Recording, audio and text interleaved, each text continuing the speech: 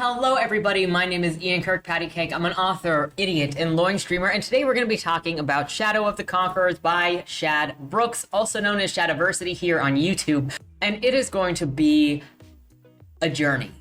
There's a lot. So much that I couldn't even fit into this review that is already going to be horrendously long. My notes initially had been around 20,000 words.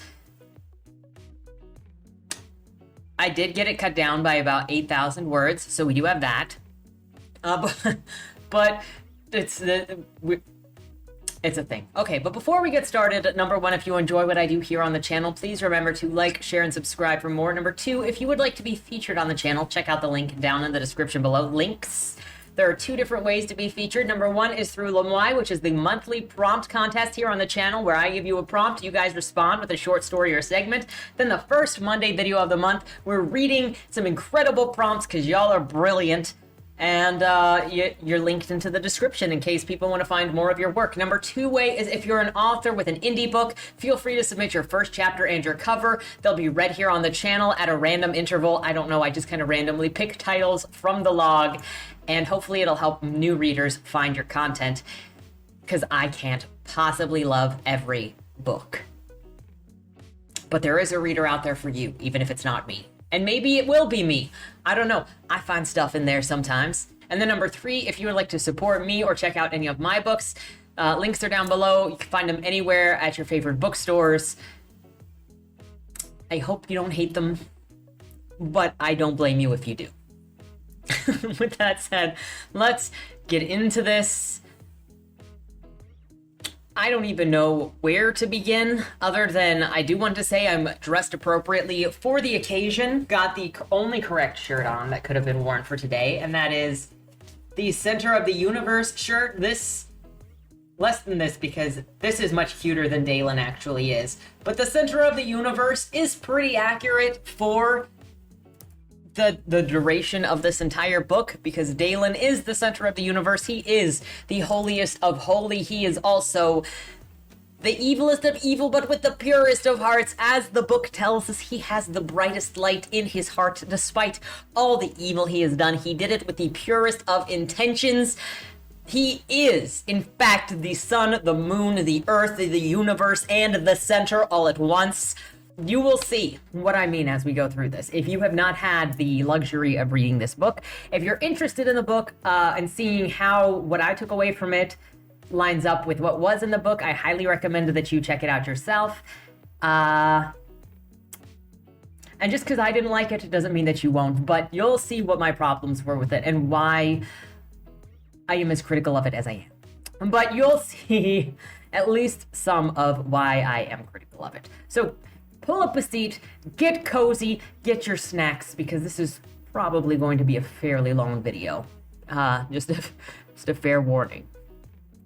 So the novel opens with an introduction to the main character, Dalen, or Dalus, the Conqueror, as his dictator name used to be. He's writing a suicide letter as he's an 84-year-old ousted dictator who's been in hiding for at least the last 20 years. So Dalen says that he feels bad about the things that he's done, and he just can't stand it anymore after, 20 years of being, it took him 20 years of reflecting to feel this way, whatever. So he's planning to kill himself. He doesn't feel that bad. Though he says he feels really bad, he doesn't really feel that bad, though, because as he's writing his suicide note, he's also penciling in gossip about people that he hates and basically saying, haha, definitely gonna torment those guys in death because, fuck, I hate them. Dalen then gets up and it starts his journey to end his life. His legs barely work, and he wants to travel to this specific mountain to throw himself off of it for some reason. Again, this makes me question the sincerity of his suicide, since if he really wanted to die, he could just do it. Poison, a dagger, there are so many, throwing himself on a pike, there are so many different ways to do it. He could literally go to town and be like, I am Dalus the Conqueror. I destroyed your lives. And he would probably get he would probably get skewered by all of the townsfolk because he's in hiding for a reason. So Dalen grabs a light stone and a dark stone, then waits outside for his ride to death. On the steps outside of his house, he meets a man known as a Lightbringer who temporarily heals all of Dalen's pain. A farmer with a wagon appears. I think his name was Paradon. And that guy is there to take Dalen through the first part of his trip, because there's going to be an airship and there's going to be the mountain that he eventually has to climb to get to his death. Like, it is very involved for him to just kill himself. And none of these people recognize Dalen for who he is, so they all just think that he's this scraggly old man. As Dalen and his driver are moving along, Dalen notices that the driver is wearing a special ribbon meant to signify a willingness to fight and become a better, gain rank.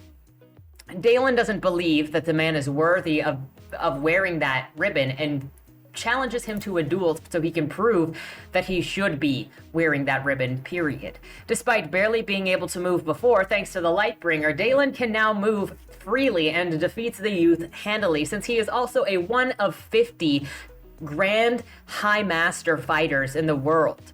And that is the highest level fighter that you can possibly be. Dalen then has a difficulty getting back into the truck right after this fight, so he asks the farmer for help. This never losing thing, when he really should have lost, is going to be a theme throughout the book. It's unfortunate that that's the way that it goes, because this would have been a great time to have Dalen lose to this guy that he thinks is totally out of his league, and probably would have been out of his league if he was fighting Dalen in the prime of his life. And this moment could have actually made Dalen even more disappointed and miserable in himself and with his broken body, because he can't do what he used to be able to do. And even this loser, who he assesses as a loser because he can tell the lack of skill in that guy's abilities, but he still lost. That would have been a great thing, adding more to the reason of why he wanted to die. Instead, his easy defeat of the wagon driver results in his ride begging him to be a teacher before Dalen says no. The driver helps Dalen back into the cart because he can't move, and the wagon trip turns into a spaceship flight to a special mountain that Dalen shimmies around on until he finds just the right cliff to jump off of. As he says goodbye to the world and he thinks over his entire life, he clutches those 2 special stones he brought from his house, and he plummets. Instead of dying, though, Dalen wakes up and he's a hot, young 17-year-old man again. He quickly changes his mind and goes, you know what? I didn't actually want to die because I felt bad. My body was just old and broken, and now it's not. And now I've got a second lease on life. I'll try to live a better life than I did before, because I was kind of a wicked asshole in my last life. Let's try to change that. We'll find out just how much of a lie that is very, very quickly. The being a better person part, that is. He was definitely a self-admitted wicked asshole, but it doesn't really seem to make much of a difference when he gets this second lease on life. Since he's young again and not going to kill himself anymore because the suicide level guilt is now gone, apparently, he determines that he needs to go to the capital city and get a fake birth certificate. But first, he needs to return home to grab some of his gear. As he's traveling along on foot, he comes across this farm where a guy calls him kid and offers him a place to rest. Dalen gets extremely offended at being called a youth and argues with the guy. Still, he somehow ends up with a place to sleep. After a nap, he's invited to dinner with the family. It turns out that they are a religious family belonging to the religion known as matriology. And as you might have guessed, it is a way of life that is run by women, worships women, and asks women for repentance. While all of the ladies at the table froth over Dalen's hot body, he's asked if he'd consider joining their religion. He says no.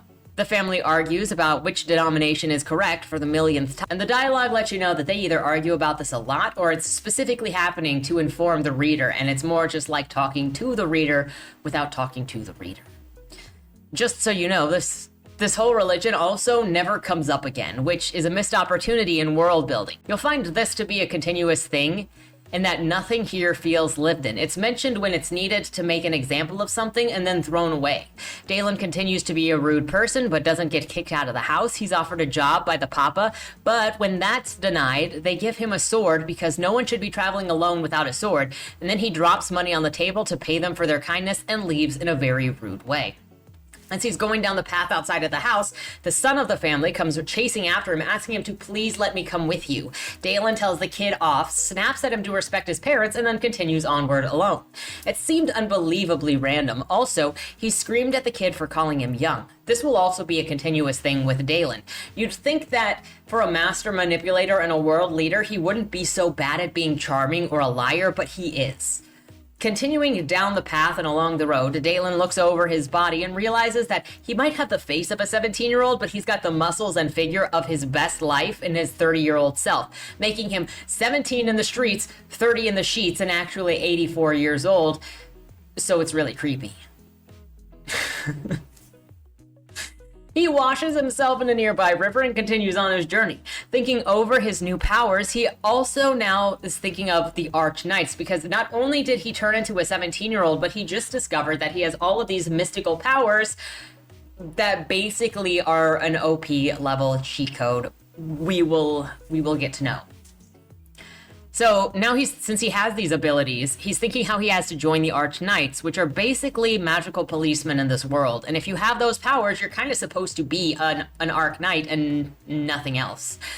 Now that he's got these abilities, they're going to want him to join them. But he doesn't want to serve. He wants freedom. He wants to do things on his own because, hello, he is a dictator. He is a long-term dictator.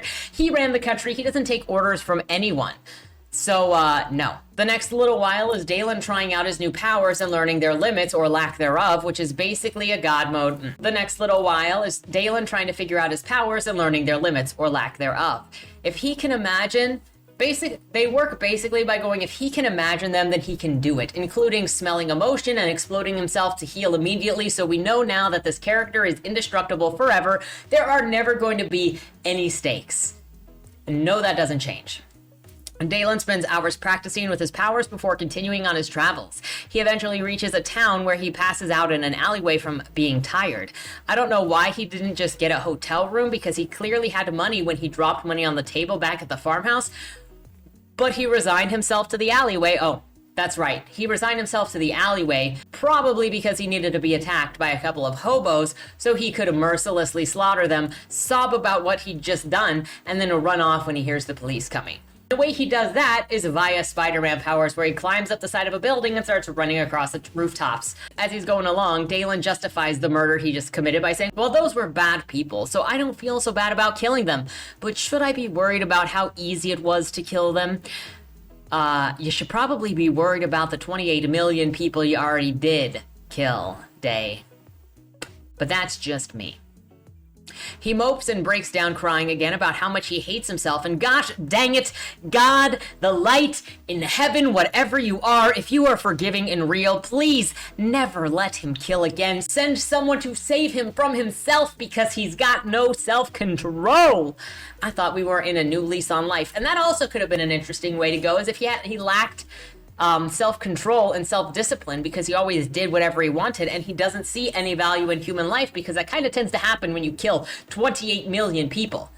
But so sending somebody else along to help him learn a value of human life would have been a great thing. Except nobody is allowed to help Dalen, because he has the perfect mental state, and everybody else learns from him. Nobody recognizes how terrible of a person he still is. He just pretends that he's a great person, and then everyone also tells him he's a great person. So I don't know what the point is. As Dalen continues forward, he slips off of the rooftop via a loose tile, catches himself in a way that makes it look like magic, and the surrounding crowd is suspicious of who or what he is.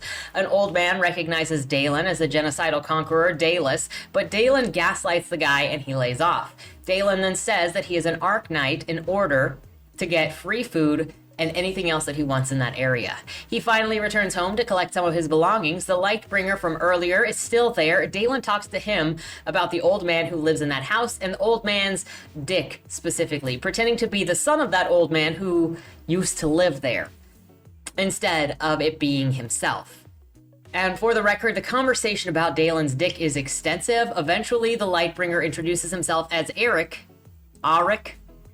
Excuse me if I say Eric, because it's basically Eric, but it looks like Shrek.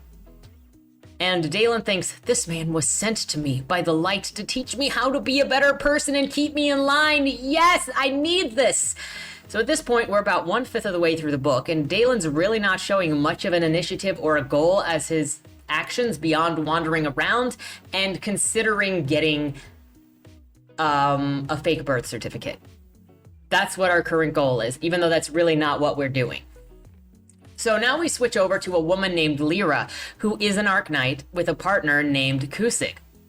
Kusik is from a tribe that apparently walks around naked because he's shirtless and hot, and this makes Lyra incredibly uncomfortable. In fact, he first introduced himself to her naked, and she cried at seeing his penis.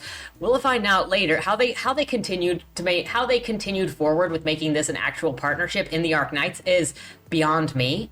Because as far as I'm concerned, with the rest of the way this book turns out, the Arch Knights are very unethical people.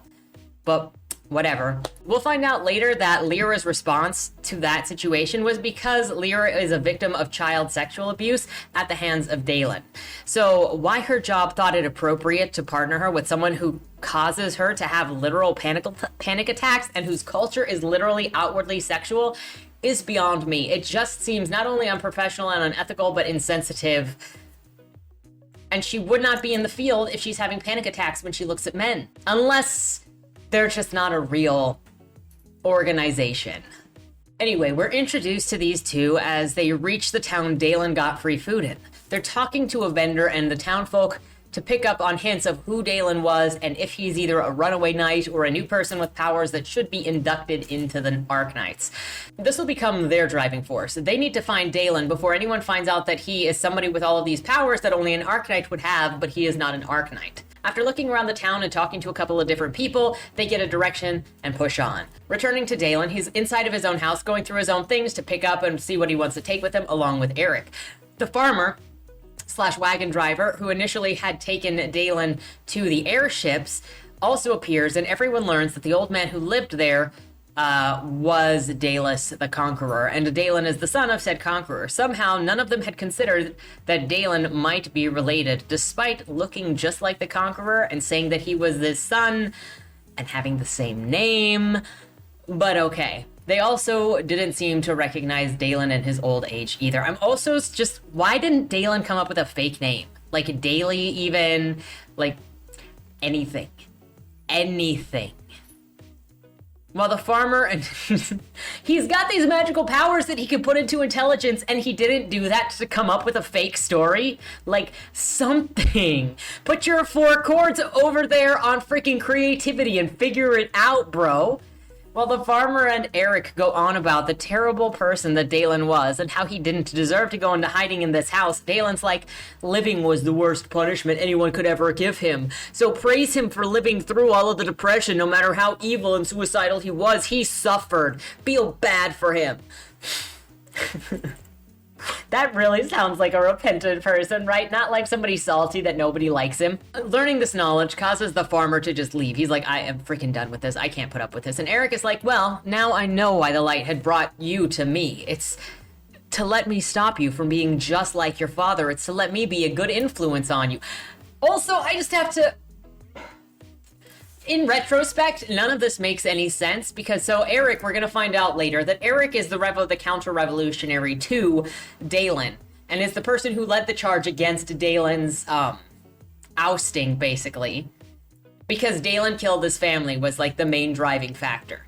How is it that the Lightbringer was sitting right outside of Dalen's house, did not recognize Dalen, but had such a terrible desire and drive to stop somebody, to stop Dalen, that he did not even recognize, one, that the Dalen at the beginning was the old man. He was the right age and everything. And then 2, didn't recognize it here either and go, you know, kid,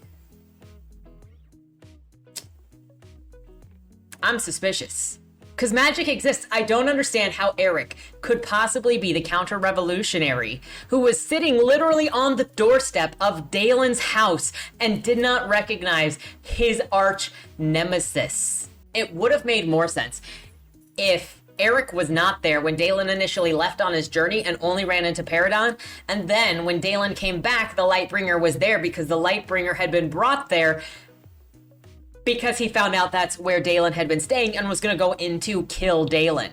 And so then Dalen learned that from that guy while Dalen was saying, I am this guy's son. And so then there could have been that tension the whole time, and it would have been so much better than whatever this is. Okay, moving on. We switch back over to Lyra and Kusik as they follow Dalen's scent by stepping in literal shit. The main thing about these two is that they are a very sexualized sitcom when they're on screen, bickering constantly with Lyra's discomfort to sex coming up and Kusek's inability to properly communicate or pick up appropriate social cues, creating more friction. The two of them approach a postmaster and he tells them about Dalen. Lyra's still blown away that this random guy had powers when he shouldn't, and she's like, there's no way that he could have powers unless he's also an Arknight or that he's this super special one-of-a-kind situation. You can guess which one of those is correct. The explanation is that somehow you can only get powers if you devote yourself to fighting evil, which isn't what he did when he jumped off that cliff and woke up 17 again. Which, if he has those powers because he's already devoted his life to fighting evil when he woke up after jumping off that cliff, then why does he need the Lightbringer to make him a better person? Or was him killing himself fighting evil because of how evil he was? I don't know. If he got those powers because after he woke up he was devoted to fighting evil, then why does he need the Lightbringer in order to teach him how to be good? He shouldn't have the powers unless he is a super special that also did not have to devote himself truly to fighting evil in order to get the powers. And if that's true, then why is the most evil man in history being rewarded with the powers of the universe? That's not really answered either. Back to Dalen and Eric. As they wake up in Dalen's old house, Dalen sees that Eric made bread out of nothing, and he explains this is a super special power that he has where he can turn light into anything and then return it back to light so he doesn't have to do the dishes. So just know that the powers here are limitless, and there is nothing that these two will be unable to do or anything that they will never not want. Anything that they will want but they can never get, because their powers solve everything. Dalen collects his magical top-notch endgame armor, sword named Imperious, and everything else that he might need. I'm kind of surprised that Eric, because he knew that Dalen was living there, didn't search around the apartment or the house for anything that he could find about Dalen. Because this is his nemesis's house. How do you just sleep there and you don't check out the house and you don't get suspicious and you don't do anything? Or at least go and sleep on the porch because you can't sleep in this wicked man's house. He killed your family, and there is literally no angst from Eric in being near or around Dalen or near or around the murderer of his family's home. Eric gets kind of suspicious. And then there was this too, because then it just feels like a last minute thing thrown at you to be like, oh, look, twist. How did Dalen not recognize this Lightbringer when he stepped on the porch and saw this guy? That would have been something good to put in a revision so that it could build the tension between these characters. Especially with Dalen recognizing this guy and knowing this guy is exactly who this guy exactly is and having to keep his identity a secret from this guy. That would have added so much more tension than what was here, which is just nothing. Anyway, Eric gets kind of suspicious that Dalen can wield the sword that Dalus the Conqueror did, since it's blood bonded, and only Dalus the Conqueror should be able to wield that sword. But Dalen explains that away by just being like, he's just a special guy, and the blood bond passed on through blood. Eric's so amazed by all of this because Dalen the Conqueror was so good at magic that he could make top-notch weaponry and tools and anything. He was also a top-notch smith and whatnot, So he questions Dalen why Dalus the Conqueror never just made great tools for the townspeople as repentance for his crimes. And Dalen's like, well, people can be so terrible, and Dalus the Conqueror knew that. To ask him to make top-notch weapons and stuff for the populace is so despicable that even Dalen himself, the bastard, didn't do it. See, it's selfish to make anything for any other people. Only he is allowed to be top-notch evil. Even if it just makes you like a horseshoe tool or something, you could be evil. And it's despicable to give top-notch gear to anybody that's not Dalus the Conqueror. So now we're supposed to believe that Dalen was super bad, but not so bad that he'd make things for other people. Somehow, Dalen's now the beacon of morality in this story. He is going to openly carry the dictator's known sword, and when Eric warns him that he'll get in trouble for bringing it around, Dalen's like, anyone that doesn't like it can go and get bent. He also puts on the pin that says that he is one of the best fighters in the world, and Eric is like, you can't wear that, you didn't deserve that. Okay, fight me. If you're gonna wear it, you have to prove to me that you are strong enough to wear it, and fight me for it. So the two of them go outside and they fight each other, and Dalen obviously beats Eric because he is unbeatable, and Eric, he fights him, and then Eric calls it quits and says, actually, I didn't really want to fight you, so I'm just gonna call it here. To me, it looked like putting it off that Dalen would obviously beat Eric, because then later when they fight each other for real, if Dalen beat Eric here, then it makes no sense why there would be any tension later. So it's, let me be suspenseful that could he win, since Eric just backs out. But it's obvious that Eric would lose to Dalen because everybody loses to Dalen. This also gives Eric the ability to fawn all over Dalen's abilities for how he's 17 and he's such a master of everything already. Dalen then yells at Eric for daring to call him young, and the two head off toward the capital together so Dalen can get his birth certificate. Upon reaching the first town, girls are gossiping because Dalen the Conqueror has obviously been reborn. Dalen's being grouchy while Eric says to behave. Dalen responds, "People already hate me, so why should I even bother to behave and like people?" And Eric says, "You can win over even your strongest of haters. Come on, just try." I don't agree with that sentiment. I think there are just people that you're never going to get along with, but that's okay. Actually, I'm confused by the scenario that this book has created where Dalen said that he'd try to be a good person, yet none of his actions follow that, and he disregards everyone. He's given a second chance for apparently no reason and spends it abusing, insulting, and deriding everyone he comes in contact with, while also acknowledging he thinks that he's a better person than them, while also saying that he is a piece of trash and he hates himself. It would make so much more sense if he was learning humility over time, if he was still super arrogant, because you don't just come out of that, especially as an 84-year-old ex-dictator. You can be full of yourself and then have to learn how to pull it back. But he doesn't. He never has to, and he is only rewarded for existing with the entirety of this book. So then Dalen and Eric, tell me if you see anything else in this. Dalen and Eric are approached then by a couple of randos trying to pick fights with them. Dalen breaks someone's arm without pause, hesitation, fear, or repentance. Once Eric and Dalen are alone again, Eric scolds Dalen, while Dalen says, "Those guys deserve to die, though, for being freaking insolent." I would have liked Dalen being like this if Eric actually clapped back on him and forced Dalen to stop and reevaluate himself, and Dalen was punished for acting like this. But he's not. He doesn't lose his powers. He doesn't make Eric leave him. He doesn't get abandoned, and Eric just ends up becoming an enabler. Clapping him and telling him that he is a better person every time he does anything. At this moment, Eric argues with Dalen about how he's an entitled brat who doesn't know his own strength, and is also impressed that Dalen has all of these Arcanite powers because, we can't just be critical of Dalen. Dalen doesn't want to share how he got these powers, because he knows that if he does, he's going to get kicked off the server for cheating.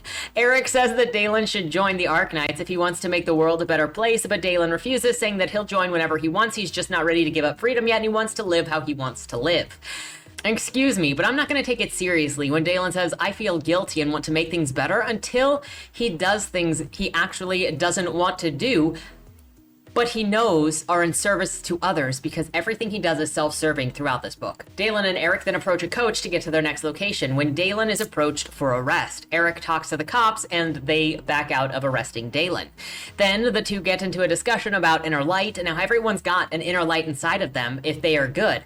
Eric tells Dalen that he should look for the light inside of all things, and only if there is no light, then there is no hope that that person could be redeemed. He also says that Dalen has more light than the average person inside of him. In fact, he might be the lightest light person that Eric has ever seen. So in this scene, we learn that the dictator who killed 28 million and raped 427 girls is still the best person in the universe because he did it with the purest of intentions, saying, "The better the person, the brighter the light." I think it also is in this scene, it might be later though, where the book literally says there is no difference between being an axe murderer and a jerk. Because it's all in the heart. It's not in the action. The more you know. Dalen then tests his new light-seeing abilities by looking inside of Eric. There's so much darkness from his own failings, like being bossy and giving unsolicited advice. Those are Eric's faults. That's definitely worse than anything Dalen has ever done. Fair. Who likes unsolicited advice? That is always given with the most tainted of intentions. This comes 2 seconds after saying that intent is what creates the light, but apparently Eric has negative intent when he's giving people advice. Or even if you want to go, oh, he killed people during the revolution, so that's where the darkness comes from. So his revolutionary choices were not for the betterment of people, but he did it out of spite or evil or something, to the point that... Or am I supposed to be like, he's got darkness in his heart because he's killed people? And if he's killed people and there's darkness in his heart, then why is there no darkness in the heart of Dalen for killing 28 million people? This is why I can't take the redemption and light and darkness stuff seriously in this book. Everybody else sucks, but Dalen doesn't. But Dalen is also set up to be the worst person in the universe, but he's also constantly told that he is better than everybody else. So after Dalen looks inside of Eric, he compliments Eric on his abilities to help people, but don't get used to it. Even though he's supposed to be turning into a better person, he can't just compliment somebody and leave it at that. He always has to turn it into an insult. Back over to Lyra and Kusig as they travel. They are bickering some more as they arrive at Dalen's home and track the scent some more. Give it another conversation about sex, where Kusig is teasing Lyra that sex is her master since nudity and men make her so uncomfortable. This is also where Lyra hears about Dalen the young man.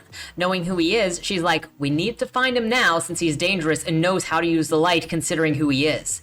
Dalen and Eric then reach a new city. He sees himself in the newspaper and is quickly approached by a child who recognizes him as Dalen, son of Dalens the Conqueror.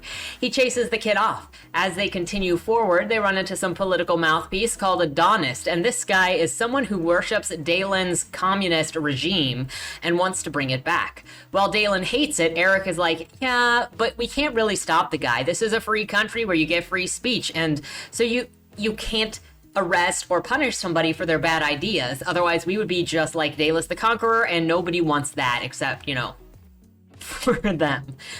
Obviously, Dalen wants to go back to Dalen's days of the Conqueror as well. The two of them sit down at a cafe to eat because even though Eric can create food out of nothing, he likes to support the local economies because he's just such a good guy. Dalen's then swearing in frustration, and Eric says that he should respect people through his language and that swearing is just straight up disrespectful. Dalen's like, Eric, I would love to meet someone smart and worthy enough for my respect. Dalen's told that expecting people to act mature isn't a reason to be an asshole, and the disagreement with his behavior is so bad that Dalen flies away, then hates himself for throwing a little temper tantrum. Still believes that he is the smartest man in the world, though, because that doesn't just stop because you throw a fit like a 2-year-old. He's approached by Adonis randomly just so Dalen can snap at him about how he is the worst, how Dalen the Conqueror is the worst. A group of men from the Sunforgers Guild also approach to admire his sword. Dalen draws it, knowing the kind of attention that it'll bring being Dalen's old sword. He uses his superpowers to increase his hearing and listen to all of the gossip that is happening around him when he hears some screaming and crying a couple of blocks away. It turns out that someone just jumped out of a window and killed themselves. Dalen's disturbed by this, thinking, if only I could have been paying attention to other people beyond myself, I could have stopped that needless death from happening. He continues to search the airwaves for the sound of any disaster when he then turns up a young girl being sexually assaulted, screaming for help. Dalen goes off running, jumping from building to building like a superhero. He crashes in through the wall of the house like he's the Kool-Aid Man going, oh yeah! He rips the rapist's dick off and tosses him out the window. No pause. I don't know if Dalen even breathed between doing this. He turns to ask the girl if she is all right, and as she sobs, she says, you just killed my father! What am I going to tell Mom when she gets home? And Dalen pats the girl on the head going, the truth, little girl. Tell her the truth.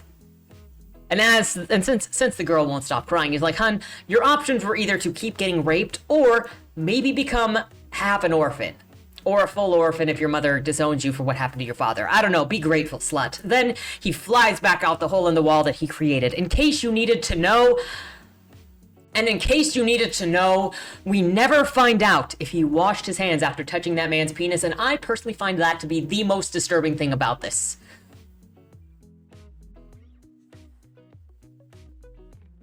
Wash your hands after touching a rapist's penis is all I'm saying. Eventually, Dalen returns to the cafe where he tells Eric, I didn't abandon you in case you were wondering. Eric admits that he has very few friends because people don't like how right he is all the time. I wonder if that is a self-insert trait. While Dalen was gone fighting crime, Lyra and Kusig came looking for him, but Eric lied and got them to go away. After another bad joke, Dalen confesses that he was gone for so long because he was helping people. Killed at least 5, stopped some thieves, a handful of rapists. Again, no information on washing of the hands, and even one of them was a woman at least. At least he is an equal opportunity crime fighter. No, women better beware. You commit crimes, you punish like the men, because women should be punished the same as the men. So gotta make sure that you know he is not just punishing men. It is women, watch out. Eric says that he's not so much concerned about Dalen going around killing bad people, but really just how easy it is for him to kill people, telling me that Eric thinks Dalen is in the right for being judge, jury, and executioner, and for some reason, Eric's just believing the characterization that all of these people that Dalen killed were bad and committing a crime. You know, not that he was acting inappropriately or is covering his tracks, since he's supposed to be being a better person. I don't know. I wouldn't believe him, because I know who Dalen the Conqueror is, and I know who his father was, and I would be like, I don't believe you that you were just only killing bad people. Especially since Eric came along, because he's like, I'm making sure that you don't become like your father. His father was determining who was guilty of whatever he wanted and then having them executed. How do you know that somebody didn't just disagree with Dalen after he walked away and then he murdered them and was like, well, they attacked me? I would believe that is the real circumstance. Dalen says that he's just built differently and he can live with murdering people, unlike others. So I'd generally think, yeah, you kind of wrecked yourself after murdering 28 million people. The human life kind of stops mattering because you've deadened yourself to humanity. Him following up with, it still bothers me though, doesn't make him more believable or more empathetic. It makes it look like he's excusing all of this life-changing stuff that he's been through that would have sapped him of his humanity and attempting to manipulate others. Eric warns Dalen against just going off and killing people, and Dalen swears at him saying, do you think my actions were unjustified then? In case there was any doubt at all on Eric's enablement of this killer, Eric removes it by saying that he would have done the same thing and that Dalen's vigilante justice is all justified. This invalidates the entire conversation that they just had, as Eric immediately condones Dalen's violence, condemnation, and judgment against randos he doesn't even know. For the record, this is not what a redemption arc looks like, so what is it that I am reading right now? Dalen uses his enhanced hearing abilities to search the city for more trouble, but it seems that everyone in this place is safe now thanks to him. So we continue on the journey to the capital, since this is now a crime-free state. This time, they board an airship. Dalen argues that he doesn't want to take a commercial liner. He argues that he wants to take the most dangerous path in order to possibly execute more bad guys. This means boarding a smuggler's ship. Just to make sure Dalen's targets aren't off, Eric tells him to check their lights before he does anything. Dalen assures Eric that no one on that ship is good, so they'll be fully justified in slaughtering every last one of them. At this point, the two of them are like, everyone on this ship could either be smugglers or jerks. The darkness in their hearts will look the same, and besides, they're all worse than you anyway, Dalen. You are a pure-hearted murderer-rapist. That's for sure. So you know what? Trust your judgment. As they board the ship, Dalen is literally giggling in anticipation of what he's about to do to everyone on the ship. Definitely a pure-hearted action. Bad guys do not giggle. I've heard they, like, snigger. Or something. Back to Kusig and Lyra. They're now at one of the scenes of Dalen's assaults. Apparently, Lyra is too dumb to read the scene clues that show a rape was involved in most of Dalen's targets. Kusig says Dalen was basically justified for all of his violence that he left in his wake. Moving on. In flight, Eric's drawing, and Dalen takes Eric's sketchbook to look through the pictures. He sees something that looks like Eric's family. The two bicker about how wonderful they are and cry about their lost loved ones. Eric says that he's going to go for a walk and Dalen is free to come if he wants. Dalen's response is, I'm not gay, lol, but you can go ask some of the pirates. It was kind of a weird choice. There are a couple of jokes in here that are just laughing at Eric for being gay. I guess he did have a family. Now Dalen's off sightseeing on his own. He enhances his brain power so that he can see in the distance that there is a pirate ship coming to attack. They prepare and then board the pirate and they prepare. As the pirates board the smuggler ship, Dalen checks their lights to verify that he is justified in massacring literally all of them. Again, we take a moment to say even women pirates were killed in this because he is an equal opportunity slaughterer. The ship's now covered in decapitated bodies because not only did he kill them, he did so the most sadistical way that he possibly could, and even for a few pirates that got away without dying, Dalen details to us how he would have killed them if they didn't run away. All of this leads into Dalen going up against a famous pirate captain named Blackheart. When the dueling starts, Dalen acknowledges that he could one-hit KO Blackheart, but he enjoys the sportsmanship of the duel, so he's gonna play with Blackheart until the guy makes the biggest mistake of them all. He calls Dalen a boy. This is when Dalen monologues about how terribly evil Blackheart is, and then kills him after outing himself as Dalen the Conqueror because he needed that extra shot of ego in the butt. Dalen tracks down the remainder of the pirates to kill them all off, and also the smugglers on the original ship they were on because his bloodlust is not satiated yet. Well, on the smuggler ship, he also finds a bunch of young girls who were taken to be trafficked. All of these girls thank and admire Dalen for being both hot and their hero. Dalen pretends that he didn't just go on an ego trip by saying, "You don't need to thank me for common decency." And Dalen considers berating the girls for thanking him, but fortunately she's too pretty for him to, yell at her for that. He slips away from this hero worship to confront a younger pirate boy who was kidnapped and also kept alive because Dalen saw just a little bit of light inside of him. He threatens the kid into slavery by saying, if you don't obey, you're going to be dead. The kid mostly rejects him, thinking that Dalen is a sex trafficker since he was with the smuggler ship, and Dalen has no understanding of where this misconception could even come from, so he smacks the kid upside the head and screams at him that he is not a sex trafficker. The boy admits that he only became a pirate because of bad circumstances back in his city known as Raidaway. You know, a home for bandits, because they raid. Dalen offers the kid to be spared, specifically if he shows Dalen where the smuggler's hideout is.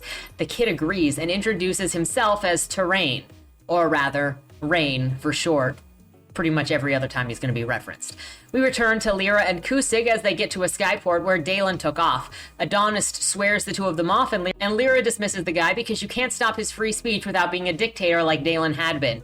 She continues into the skyport where her partner is, and there's a scene about how you can't arrest people for their bad ideas, just in case you missed the obvious in the previous section. Kusig and Lyra board the ship where everyone there is naked because they're from the same culture of Kusig, and so they've all got crystals pointing to their private bits and literally nothing else on. It's just the culture. They meet with the captain who disrespects Kusig, and then when Lyra tries to talk to him about it, he won't say anything out of shame. Back with Dalen and Eric, Dalen, Eric, and now Sane figure out how to drive the ship that they are in and go to the smuggler's base. And they also take a couple of minutes in there to admire Dalen's power. Dalen then heads off to the captain's quarters where he discovers Blackheart's notebook and finds out where Blackheart was going to take the girls. One of those girls that he saved comes in and throws herself at Dalen, both to thank him for saving her, but also to beg him to keep her because her family will not take her back. Her family will disown her now that she's been deflowered.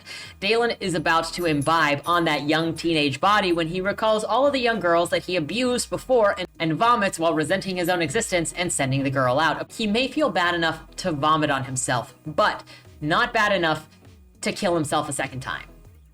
So the next morning, Dalen collects Sane and breaks his arm because Dalen's in a bad mood. Eric heals that arm and they go back to steering the ship, and Dalen's probing Sane for blackmail. When Sane says he won't tell him, Dalen's like, "What? You think I'm asking because I want to blackmail you?"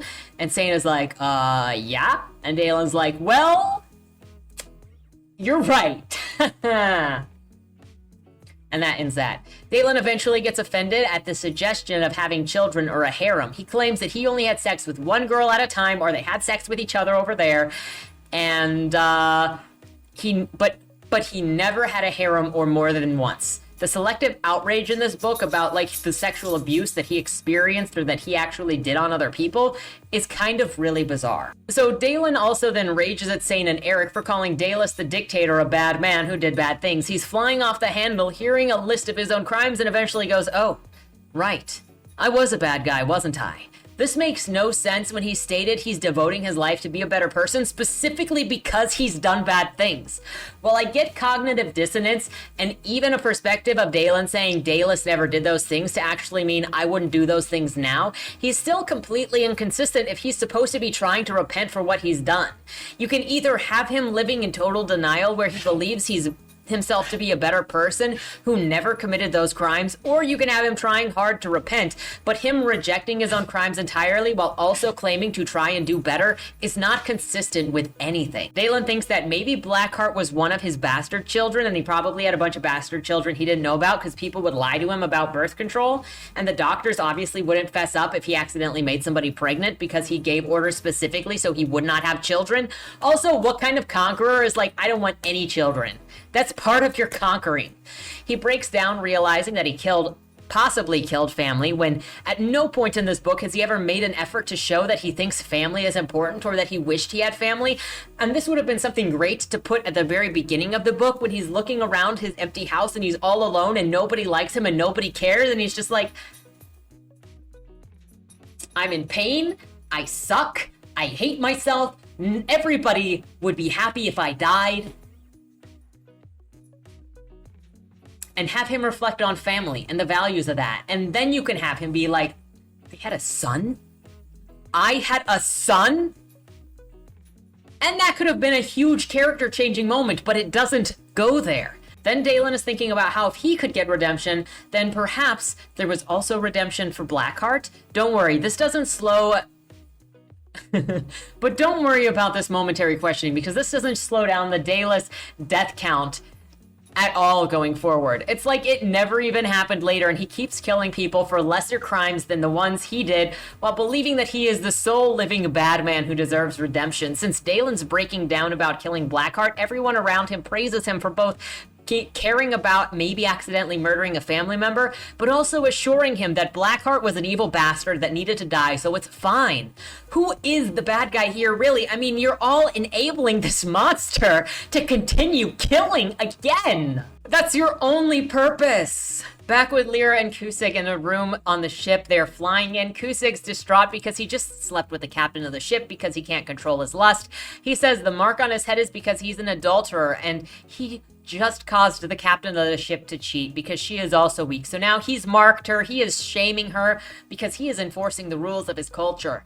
And Lyra is like, you can't do that, we're not in your country. But he's like, we're on a ship run by people from my country, which basically means we go by the rules of my country. And she's like, you know, you're right, absolutely right, but also that's a shame. The two of them land and visit the office of the postmaster in the capital Skyport. Lyra makes some comment about farts, trying to illustrate that how rude Kusig was being, and since that doesn't get through because farts aren't rude in his culture, Lyra asks Kusig what is considered rude, and he basically just says a man's exposed erection, because we always have to bring this back to sex with them. This sends Lyra into a panic. Kusig then learns that sex and sexuality make her very nervous and scared and have panic attacks, so he calls her brave for talking about sex with him earlier when he was depressed, because he knows that she's afraid of it now. Lyra's like, thanks bro, I feel better about it with your comments. Back with Dalen, Sane's offered a chance to leave and he takes it. Also, Dalen gives him some money because charity pays for your sins, is my guess. Dalen's Sane and Eric fawn over how much of a huge heart Dalen has. Meanwhile, I'm wondering how I haven't seen it yet. Then Dalen disappears into his room and sobs about having killed his possible son. He comes back, cursing the young girls for fawning over him again. He doesn't understand what they see in him, how he is so hot, how they could even be mildly attracted to him, despite, you know, the past that he's had where girls were throwing themselves at him when he was young and hot 50 years ago. You'd think you'd remember that, maybe. He curses how handsome he is and how he's got a functioning dick now, and gosh dang it, that is going to get him in some trouble. I mean, for real, the biggest victim on the planet in this story is right here, guys. Dude is unbelievably attractive and has a functioning penis. Build this guy a museum for his woes. Probably don't make it bigger than his dick, otherwise he might say that he has more victimhood points again. So everyone gears up to infiltrate the hideout. We discover that Eric can basically summon any unique item that he wants out of the light. They banter, call Eric gay again, kill a bunch of people, steal money from the fortress, and Dalen gets a new ability called Surging, which, yeah, is just power surging his abilities whenever he feels like it. It's now confirmed that Blackheart was Dalen's son. They save more girls from the hideout, and Dalen impresses Eric even more by exposing himself as a master sunsmith, in addition to everything else and all of his other accolades. They discuss what they were going to do once they got to the capital, because the plan is now to end crime, sex trafficking specifically in the capital, and defeat all Daunists, wipe them off the earth. This is not the action of a dictator to take out dissent. Why are we doing this? I don't really know. I think Dalen thinks that this is what repentance looks like. It's not. I thought The plot point just feels like it comes out of nowhere. So they're going to start by hunting down the Donists, and Dalen will kill each and every one of them, one by one, as a changed man who does not murder for political reasons at all. He is a saint, you guys. Travel to the capital continues. Sane tells Dalen that his mother was sexually abused because it seems like every woman in this universe has been sexually abused. Dalen kicks Zane out, saying that you need to go and live your life on your own because I'm a terrible person and I should be left to live alone, but you should go and live your life. Hey, Tatum, come here. It's the man, the myth, the legend. Tatum, the Conqueror. Anyway, so here is some shush money so you don't talk about the things that happened on this ship. Switch to Sane's perspective for this one and only time. Maybe there's a second time, but I think it was just this time. And all he does is praise Dalen for being such a good man. Also, the girl that initially threw herself at Dalen now throws herself at him. And Sane is like, this chick is the most beautiful person I have ever seen in my life. Yes, I will take you as my girlfriend. I have money. I could have a car. I mean, an airship. Like, we could be doing things. Up to the harbor in the capital and notice someone is waiting for them, the authorities. Someone had communicated with them that escorts were waiting, and Dalen is like, cool, we'll go with them, before immediately being concerned right after that moment. Dalen's arrested for murder, assault, and impersonating an Arknight. Eric fights for Dalen, saying that he hasn't murdered or assaulted anybody. Apparently, once Dalen kills you, you stop being a people since you stopped existing. I guess there's no flaw in that logic. Dalen doesn't want to go in, so a fight ensues. Lyra and Cusick show up, and Lyra is the only person who can possibly overpower Dalen for no reason whatsoever, except that we can't escape a single girl boss moment. I swear, where are the non-girl boss books? This is just so Eric can fight her, giving Dalen a chance to get away. I don't understand how Dalen can beat Eric, but Eric can beat Lyra. This isn't rock, paper, scissors. And note, attacking all the cops does not later result in charges for any of their assault. So when things finally slow down, Eric defends all of Dalen's actions as justified, and he has devoted his life to fighting evil. He only killed evil people, so I don't fear Dalen going to a trial. Considering that we're told Eric can only have powers as a Lightbringer if he doesn't lie, this means that he believes everything that he is saying. After Lyra agrees not to arrest Dalen on sight, she says that she's going to tell Eric to find him anyway because she needs to talk to him. Meanwhile, Dalen's over somewhere else, thinking about how much of a girl boss Lyra was, and how he wishes he could have died while fighting her. I think he's just confessing, really. In this moment, I think he's really just confessing that he has a mommy-dommy kink. But whatever. He increases his memory at that moment in time, using his superpowers to make his memory 16 times better than it was, and he's flooded with the memories of being an evil man to the point of sobbing on the ground. I thought he said that he stopped feeling anything after his wife and daughter died, but no, apparently when he increases his memories, he also increased his feelings by 16 times.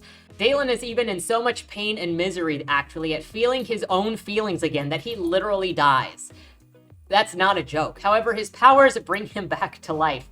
He then reflects on Lyra's inner light and how good of a person she must be, and then he learns a new ability, summoning his sword magically by using the light to bring it to him like a magnet. Dalen then goes to buy another sword, thinking of how he just figured out the secret to beat all of the Arknights. And if only he'd done that when he was a dictator, he would have slaughtered all of the Arknights and then been unbeatable. Now, he's just going to use it as his advantage to kind of put the Arknights in their place, but since he's not a dictator, he won't kill them. Dalen then returns to the hotel that he told Eric to meet him at when they were back on the ship. He and the Arknights are waiting. They tell Dalen that he needs to turn himself in. Eric and Cusick talk about Lyra's insecurities about men and how Cusick has tried to help her. They go on about how, in this culture, raped women are often considered damaged goods, so women don't really report it when it happens. And I'm sitting here wondering why Dalen hasn't answered for any of this yet, because he is the one that set the culture in society as the dictator. And then they didn't change anything over the last 20 years when he hasn't been in. Have they even tried? So Now we go over to Dalen, who is napping in the other room and miserable now. I thought they had some urgency with turning him into the cops. Apparently not. But so he's miserable now as he remembers that he had raped Lyra when she was 14 and forced her to do lewd things with other girls her age, maybe younger. Instead of trying to make anything better, though, he just rolls around in self-pity, cursing himself for being too damn stubborn to die. Gosh dang it! Why must the pure and repentant suffer? Over to Lyra. She is laying in bed, reliving her trauma of being raped by Dalen because Dalen looks just like himself, except, you know, like 30 or 40 years younger. She has to keep reminding herself that he isn't her rapist, but actually a hero who saved a bunch of abused girls. So she can't really dislike him that much, right? The next day, Dalen and Lyra sit down together for breakfast. She asks how he became a light bringer or a light binder. She asks how he became a light binder, and he won't tell. Dalen is overcome with guilt and starts on, look, I don't know exactly what my father did to you, but he talked about you, he remembered your name, and Lyra cuts him off. This is the first time Dalen realizes what he did to other people, but I have a hard time that he got suicidal even at the beginning of this book, only now realizing the damage that he wrought on other people. Like, how was he suicidal in the beginning if he did not realize the extent of the damage that he did to people? Lyra's clearly uncomfortable and having a panic attack because you're sitting here talking about her rapist looking like her rapist. And Dalen takes this moment to call her beautiful just after defending his own actions as a literal rapist. Lyra blushes and the conversation continues about the mundane because what the frick is trauma even? Like, it's not real. Just stop being depressed. Don't get traumatized in the first place and then you won't have to deal with this. You just turn it off like a light switch. The scene ends with Lyra successfully being gaslit and accepting that Dalen is not the man that raped her. Before she walks away, Dalen then snaps under his breath that she's a bitch for no reason whatsoever. Later, Dalen gives Sane a pirate ship, the Blood Runner, whatever, and a bunch of money so that he can go off and live the life he wants all by himself. Sane tells Dalen that he met a girl, and when Dalen finds out that the girl is the one that threw herself at him, he's like, you need to break up with her. You're taking advantage of her, you sick bastard. And Sane is like, whoa, I didn't try anything. I didn't know she came to you. I didn't know that any of this was happening. Like, you can expect this guy. He's young. He grew up around a bunch of thieves. You can expect him to be kind of romantically and socially stupid, okay? But Dalen is already automatically blaming this guy for being terrible, and Sane is like, look, I will talk to her about that situation and make sure that it is not that situation. I will break up with her, and then he walks out, and then Dalen is like, the day is saved, that young man's life is saved, I am a good person, look at the charity I just did.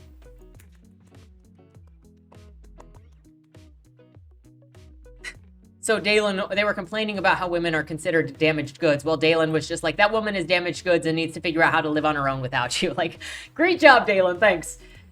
Eric sees what just happened and was like, great job, Dalen. Well, while Dalen is looking at what he just did with Sane and going, you know, I'm a really noble person. That just happened and I am noble. Eric comes up and goes, you know what, Dalen? You are a noble person. You're going to make a great father someday. Dalen's showing Eric his new sword creation ability when Lyra walks in and says, hey guys, it's time to go. Are you ready to go? Dalen is like, shove it up your ass. And that causes Lyra to cry, break down, walk away. She returns to her room shaking and disturbed and sobbing and shuts the door. This nobleman, man of the year. Great job, sir. Since Lyra's crying in her room, and there's Kusig, her actual business partner, there's Eric, who is a light bringer, who is considered kind of a light priest in this world, and then there's Dalen, the rapist/rapist's son/conqueror/ her abuser. So there are these three options to go and console this woman as she's hiding in her room after being told to shove it up her ass, literally by her rapist. And you know who goes to talk to her? If you guessed that her rapist goes to talk to her, you would be correct! Not her partner. Not the priest. Her abuser. So he opens the door and walks in, and she's like, no, go away, and he continues into the room and invades her personal space. Imagine, he crosses to her, puts his arm on her shoulder as she is sobbing, and he goes, look, very aware of what he has done, he goes, look, Lyra, I'm sorry that you were raped. While pretending that it wasn't him the whole time. She apologizes for treating him like his father. And thus, the victim has now successfully been tricked into apologizing to her rapist for knowing that he is her rapist, while Dalen pretends that he has just built a relationship with Lyra. The party then heads off to the constabulatory to deal with Dalen's consequences / yeah. So Dalen's acting like he's being forgiven because he gaslit Lyra into thinking that he wasn't the one who raped her. Dalen eventually then asks Lyra if she's had any kids because he wants to know if he has any other family, and she says no. After what happened with Dalen the Conqueror, she is not able to have kids. They finally reach their location, and a detective sits down at a table with Dalen and asks him about the murders that he left behind in that other town. He admits to doing all of them, but they were in self-defense. And the detective is like, okay, but it's kind of hard to explain brutal decapitation as a self-defense method. The detective asks Dalen for the stories to go with the deaths so that he can match it with the evidence that they picked up at those scenes. Lyra says that Dalen is a light bringer, and through lies, Dalen is now out of trouble and the charges are dropped. So no trouble for him. Once they leave, Dalen snaps at Lyra that he didn't need her help, and she was the only one who benefited from her getting involved with him and the detective. And Lyra is like, oh, okay, we need to talk. They go to someplace private on a roof, jumping away like anime characters, where Dalen demands information about being an Arcanite and about his powers, and Lyra's like, I'll give you information if you join the Arcanites. And Dalen says he'll join the Arcanites when he's ready, but for now he needs to end the sex trafficking trade in the capital and end all of the Donists also in the capital. Lyra agrees to help, even though previously she is like, you can't do anything to political dissidents. That is dictatorship attitude. But now she's apparently okay with it. When listening around the city, Dalen hears a woman getting sexually assaulted. He saves her, murders some thugs, knowing that there is no redemption inside of any of them. It's funny how there's no redemption inside of anybody that Dalen chooses to attack. There's also this one thug that Dalen stopped and just gave money, saying, hey, feed your family and don't do this ever again, okay? Eventually, they track down some Donists and follow the smell of their emotions to a warehouse. He gets inside, obviously looking like himself, and persuades info out of the cult leader inside. He also realizes that the one lady who's talking to him wants to bang him because she smells like sexual arousal. He eventually uncovers that some of the Donists have plotted to destroy an island and kill many of the city council members, or all of the city council members. He murders the woman that he was just talking to once he's done with her, and then every other Donist in the place on his way out. Outside of the warehouse, he tells Lyra that everyone in the cult is now dead because he couldn't get more information out of the cult leader, and there was no possibility of parole for any of them, despite how his perception powers showed him that the woman he was talking to had some light in her chest and thought that she was doing the right thing. But it's not the right thing if it's anybody but Dalen. Lyra just believes everything that Dalen has said, and they move on to the next thing. Lyra and Dalen then split up. She's going to go and recruit some of the Arcanites to help stop the Donists, and Dalen is going to go talk to some other people. When he returns to the hotel, he finds Eric has discovered that he's not Dalen's son, but he's actually Dalen the Dictator, the guy that killed his family. But he's actually Dalen the Dictator. Turns out that Eric was the revolutionary leader taking charge to kick Dalen out of office and hopefully end his life after Dalen killed his family. Eric pledged to get vengeance / justice on Dalen, while Dalen begs Eric to kill him. Kill him, please, he says. You might be surprised to learn that though Dalen begs for death, he does not cooperate at all when they battle, and fights until he obviously wins. He throws it in Eric's face that Eric can't possibly win against him, and now Dalen's pissed that Eric hates him because he's like, didn't you see that I've changed? Please, leave me alone. This situation is excessively cringe for saying, as much as Dalen wanted to die, he knew that Eric would not be able to do it. Just sit. I've got advice for Dalen. If Dalen really wants to die, if he is so suicidal and so regretful of the things that he has done, I have advice for how he can accomplish his goal. Okay? Sit on the ground and let yourself die. This man has no honor. He could die anytime in so many different ways, but no, he runs into battle full literal plot armor on, screaming, "Kill me, bitches!" while slicing off everyone's heads. This is not a regretful man. This is a self-righteous egotist. Dalen heals himself up and runs off to save the city while Eric is stuck on the ground going, I'll make you pay!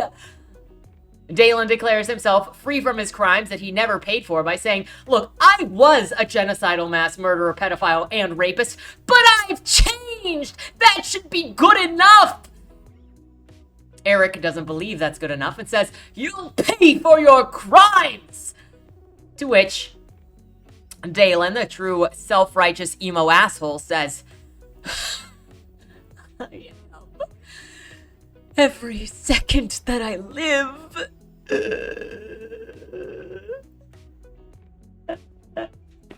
Look, this is what you're missing right now. Look at him. He's back with his opinions.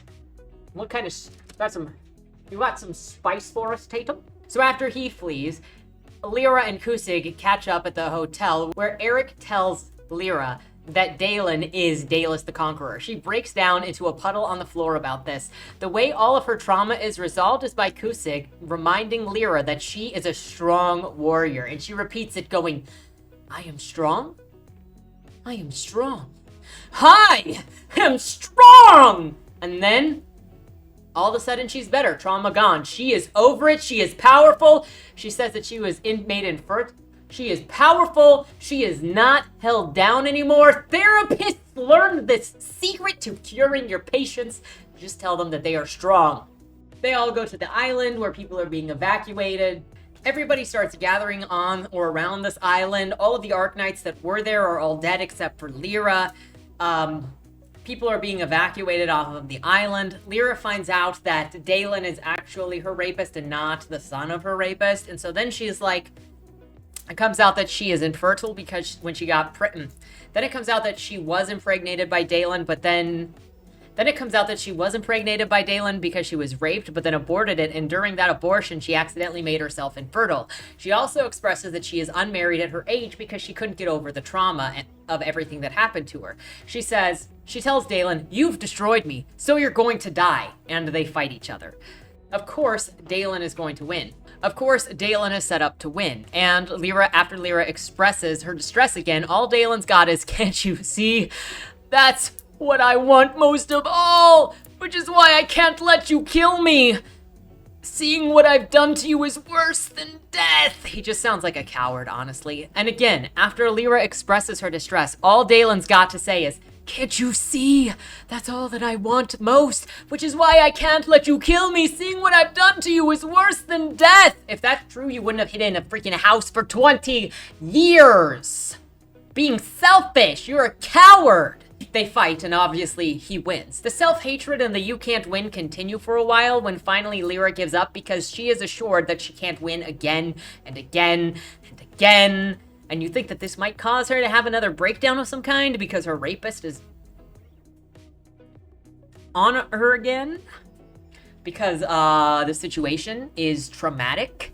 But no, don't worry about it. She's healed from her trauma. It doesn't come up ever again. Suddenly, Dalen just starts. So once that's all settled, the bad guys, shade things that are basically like soulless, dead zombie human people that are supernatural of some kind, are gonna flood the island coming out of nowhere. Where did they come from? Where did they go? They're related to the Donists. They just as a random plot point that showed up randomly because Dalen needs this moment to be a hero so that it can fix all of his sins in the final act of the story. So Dalen is standing there with someone, I think it's Eric, but I can't totally remember, and he just starts talking to the spaceship in the sky, like he's speaking out loud, but talking to the spaceship. And Eric is like, wow, you're telepathic? And Dalen's like, well, I would look really stupid right now if I wasn't, but I might not be. I am trying to see if this works. And lo and behold, because he develops powers as it is convenient, he's telepathic now, and he was telepathically talking to that spaceship that actually was sane in the Blood Runner, and so the Blood Runner comes back down and helps them, and they get on the ship, and then they all work together to fight the Shade. Eventually, Dalen sacrifices his life to kill the baddies, which results in him falling off the front of the ship that they're on. Lyra jumps off the ship to safely deliver Dalen to the ground so he doesn't splat because she thinks he's still alive. However, When he gets there, his heart is not beating. There is a crowd of evacuees that are arguing about whether it's a good thing that Dalen the Conqueror is dead. Eric is willing to sacrifice his life suddenly to revive Dalen with magic, making the final sacrifice. But there's no need to do that since Dalen literally revives himself 2 seconds later because he is indestructible and doesn't need help from anyone. Yeah! Dalen then lectures everyone for a second or third time about how him being dead won't make them happy or bring back their dead family members, so maybe stop wishing death upon him because they are just as bad as this dictator for wanting justice on that man. If they think that they are going to get justice by putting him to death so he can go meet the creator and be judged in the afterlife, well, they are wrong. That's not justice. That's just vengeance, you meanies, and you are terrible people now. Then, of course, Eric starts sobbing, saying that he forgives Dalen out of nowhere. Eric uses his powers to finish healing Dalen, and Dalen feels free from his guilt and the lifetime of agony. Lyra is both sad. Lyra recovers from the sadness she felt when Dalen died, and now she's just angry that he's alive again. After things settle down, they return to the hotel, where Dalen is subsequently arrested. The next couple of chapters consists of a criminal trial where all of the victims of Dalen's reign are invited to share their experiences that they had and make recommendations or requests for his sentencing. You go from individuals whose whole families were slaughtered to some of his rape victims. We learn here that he is charged with 28 million murders and 427 different rape victims for uncounted amounts of rape and sexual coercion with girls as young as 14, as stated in the text. There are 2 women who mentioned being traumatized by Dalen, but being thankful for their children's existences, but still want Dalen to die. Then that's mirrored with one account of someone who doesn't want Dalen to die for how she was traumatized. Then another random person named Sane comes out of the woodwork to charge Dalen with something totally inappropriate, heroism, defying the judge by saying none of this trial is normal, so I can do whatever I want. It doesn't matter if this is not the appropriate venue. Then he goes on a monologue about how wonderful of a person Dalen is and that he should be rewarded. In a way, this moment is not unlike someone who comes forward in the Ted Bundy trial to then rave about how much of a great father Ted was and how he should be given a break and maybe even a Best Father of the Year award, because dude is like, let's put this dictator's face in the Hall of Heroes. Let's put his name up next to all of these other people that did not torment people because he saved people in this other situation. And so let's reward him and let's also let him off of his criminal charges. Insanely inappropriate, but the book had to keep complimenting Dalen even when they're trying to make him face his own shortcomings. The judge says no to the heroism charge. After the testimony, but before the sentencing, Eric's complaining to Dalen about how some of those charges are completely falsified bullshit and how that one chick, that one bitch in the back is definitely lying about being raped. How dare she? And how dare they try to punish Dalen for things that he didn't do? I'm sorry. Throughout this book, this novel has continually repeated Dalen's crimes and nonchalance and the pain that he caused others. I'm supposed to now believe and randomly dismiss that maybe 1 in a million of the rapes were fake or something? You didn't set that up with anything. It doesn't feel appropriate or like it makes sense to build Dalen up to be the worst person ever, and then your Lightbringer is like, that bitch over there is lying about being raped. Yeah, sure, he has 19,999 other rapes and murders to account for, so I don't really think that he is going to get unjustly punished, Eric, but this is literally the argument that they're making is, oh, you're going to get punished for things you didn't do. I don't know. Let's punish him for the 28 million people that he actually murdered and the 430 that he actually raped. Like, can we do that? Because, yeah, sure, we don't need to be arguing about this one person. It's so inappropriate. Did it happen or did it not? I don't know why you would throw this in there. So then Dalen and Eric hang out in the cell. A senator comes in to ask Eric if he'll join the council because he was that revolutionary and he's such a good guy. And Dalen says, bad things happen when revolutionaries join politics. Don't do it. Dalen keeps saying how much he wants to die, and if the criminal trial determines that he should die, then Eric needs to let him. But Eric is planning to revive Dalen if he dies and continually argues to bring Dalen back if they kill him. And my question is, why? That's not justice. Dalen, Eric is undermining justice just because Eric goes, oh, I've forgiven you, even if I don't believe that that's actually what happened. It's just the author pushing Eric to do this when it makes no sense. But even if Eric is like, I forgive you, all those other people in that trial also have justice, Eric. So you can't just bring this guy back and help him evade justice.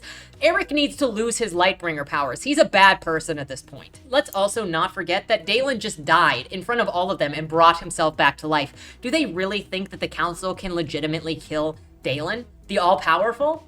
I don't think so. So this scene ends with Eric leaving and not answering that he would bring Dalen back as Dalen questions him again, and Dalen's face against the bars going, "If you resurrect me, I'll hate you forever. You hear me? You will let me die." It doesn't matter anyway. The trial determines that Dalen's sentence for all of his crimes will be... drumroll please. To work for the government as an enforcer and executioner for the Arknights. So pretty much what he said he was going to do eventually anyway. And again, you've got a dictator determining who deserves to live whenever he wants. We also learned that none of the tools the state has can actually contain Dalen or any of his abilities. He can break out of them whenever he wants. So he only really has to listen to them for as long as he wants, and then he can just kind of go off. We get more assurance from Dalen that any justice is actually vengeance from his perspective. So you can't put a dictator to death after he's killed 28 million people, or else you're just as bad as the dictator, you terrible, terrible person, you. This book really does not understand justice or crime or law or anything, and it has to bend everything in order to make Dalen look and feel better. At the end of the book, since he is now a ward of the state, he needs a partner, and Arknights also work in partnership. And who else do they hook him up with but his rape victim, Lyra? Dalen says, "What about our history?" to pretend to the novel's being sensitive, and Lyra responds, "I asked if it would be a problem in our relationship. Will it?" And Dalen's like, "No," and that settles things.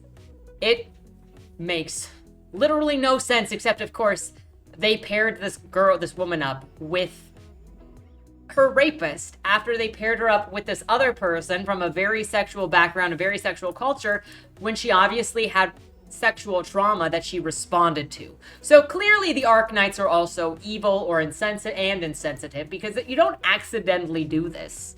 So pretty much everything sucks. Eric says he'll come and visit Dalen often, but he can't stick around because he's got his own stuff he's got to do. And the novel closes out with Dalen saying he feels like he has a purpose now, and actually that he feels pretty dang good about himself.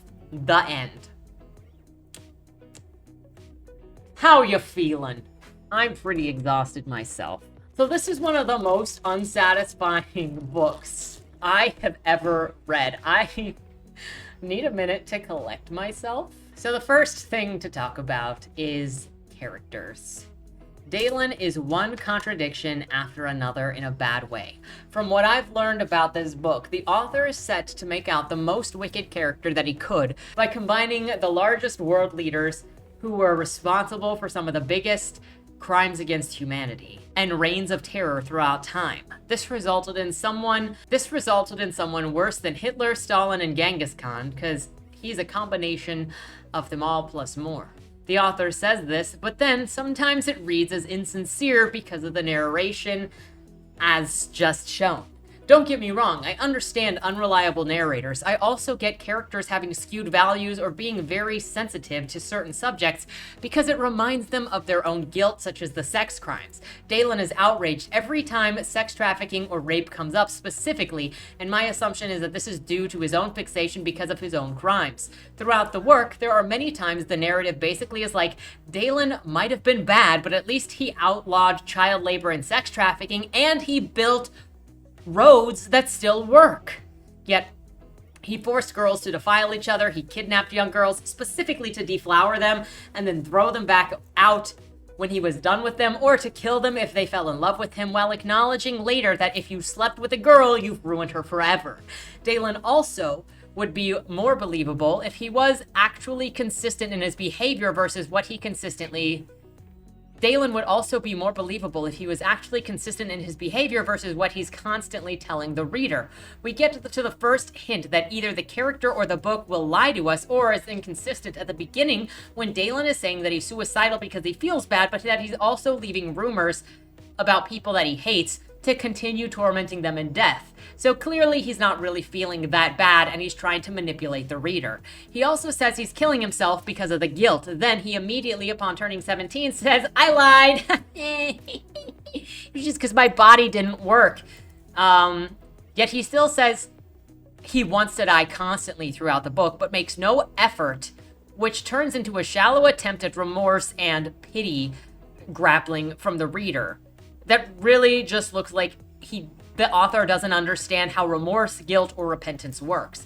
You can repent and fail to be a better person and then have to try harder. But according to the canon, by virtue of his peers saying how amazing and kind he is, Dalen doesn't actually fail at virtue. He just doesn't forgive himself sometimes. Every murder is justified by other people outside of Dalen's head. He has the brightest light in his chest. He is praised and declared a better man in the end from a last-minute plot point with no preparation because, count them, 2 people forgave him. Maybe 3. Meanwhile, even up to the end, we're told that he's supposed to be a better person, but he's looking around the courtroom, admiring his children and the women that he raped, thinking their mothers should be grateful that I raped them or they wouldn't even exist. That is in the text. This is at the end of the book when he's supposed to be a changed man. There is no actual reflection on the actions or terror he caused. There are moments of random breakdowns when he's saying that he's agonizing or he dies of agony and he comes back, and then none of his behaviors or the way that he thinks changes. He doesn't show any respect. He doesn't humble himself. He doesn't consider the value of life of other people. He doesn't show value or respect to other people. He doesn't humble himself. There's nothing. He is but the moral determinator of all, and he deserves to be right, and everybody loves him for it. That is what is in the text. As far as I'm concerned, Dalen is as OP as it gets. Everyone loves him. He can literally do no wrong. He doesn't lie. He has all of the power in the universe and continually unlocks powers as he sees fit. And he's an airship. He's an airship pilot, amazing man, a fighting master who is 1 out of 50 in the entire world, who betters everyone, even in his old age when his body is barely functioning, a sunsmith, all of the special types of binders with all of the special kinds of powers that he shouldn't have, and the man with all of the best light inside of him. Like it or not, he is a Sioux. Quote, "There's light in everything, with one exception," Eric said. The light's strength is reflected by the person's desire to do good, their sense of right and wrong, and their knowledge of truth. That's one of the times that Eric explains what the light is. Also, if that is what the light is, how is Eric a light bringer but has a darker heart than Dalen? That doesn't make any sense. Further, quote, "Interestingly, the lack of light in these despicable men was as noticeable as brighter lights, and others even more so. There was a wrongfulness to them that made Dalen feel sick, and he couldn't help but feel satisfied as he ended their abominable lives." This is a bad person. This is a bad person that revels in death and destruction, and he doesn't feel bad about it. He is the same person that he was when he was a dictator before. Also, speaking of his character as an 84-year-old dictator, how does he have absolutely no charisma or charm in any scene in this book? He's constantly screaming, yelling, moping. He can't stand when someone calls him a kid. He can't seem to remember he's youthful, so he's bad at lying. How is he both entirely incompetent socially, but somehow had this massive support from others? It would have been interesting if he was a charming psychopath and had to learn to reel that back. You know, killing 28 million people and raping 430 will have an effect on you, but none of it mattered. Going on next, Eric is called the Lightbringer, and he's supposed to be something special, like a priest, or a special connection to the light, maybe even bringing wisdom, forgiveness, understanding, something. But he fails in doing this because he's used to affirm Dalen's every action. Anytime Dalen kills someone, he doesn't actually take a stand and tell him that he's wrong or force him to reflect. Nah, in a few cases that he might say something, Dalen questions him back and he folds to tell Dalen that Dalen's choices were correct. Eric was designed and put in place to be an excellent foil for Dalen, because he is a light bringer. He is the opposite of what Dalen's dictatorship was. But because he didn't actually have a backbone, and Eric and Dalen were never actually allowed to fight each other or be at odds, he is just another person there to feed Dalen's ego and tell him that everything is going to be okay, and to lie to the reader that Dalen is actually a better person. While Eric could have been the truth and light that he was trying to get Dalen to see, he instead becomes another creature subservient to making Dalen look good. We're told that Lightbringers only have the abilities that they have because they don't lie, because of the truth that they know. But that turns out to be a lie as well, but that turns into a lie every time he says that Dalen has never killed anyone. Even if you want to call it a justified murder, to straight up have him and Sane say that Dalen had never killed anyone is a lie that discredits anything Eric is supposed to stand for. While Eric is a representative of Dalen's murder history, Lyra's a representative of the victims of his rape and pedophilia. Throughout the novel, her discomfort with sexuality and men and sex in general is played off as humor, even more so because of the pairing with Kusig, and that is why it feels like a mockery. This novel has set up these two to be an odd couple, where one is overly sexual and the other one is sexually repulsed and has panic attacks around what is considered normal to Kusig, so it just gets laughed at until it becomes serious.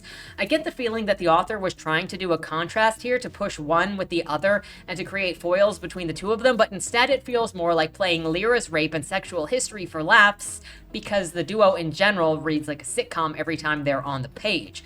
It was quips and laughing and discomfort, and Lyra's traumas only become serious when Kusig is off screen. When he wasn't, he is laughing at her, bringing up his dick at her expense to laugh at her some more. If we're really honest, Lyra shouldn't even have been working the beat with how bad her emotional issues still were from the sexual assault because she was having panic attacks in the field. She was an officer who would have been unable to act in the majority of the crimes in this universe since they mostly seem like they are sex crimes. When it came to Kusig, it didn't feel like he was there. When it comes to Kusig as a character, it doesn't feel like there was much to him. He was there to push Lyra and be a partner to Lyra as a rule for the Arknights, but also the counter to her sex repulsion with his overt sexuality. But considering what happened to him, he dies with all of the other nameless knights eventually. This just made the Arknights read insensitive. He had no arc.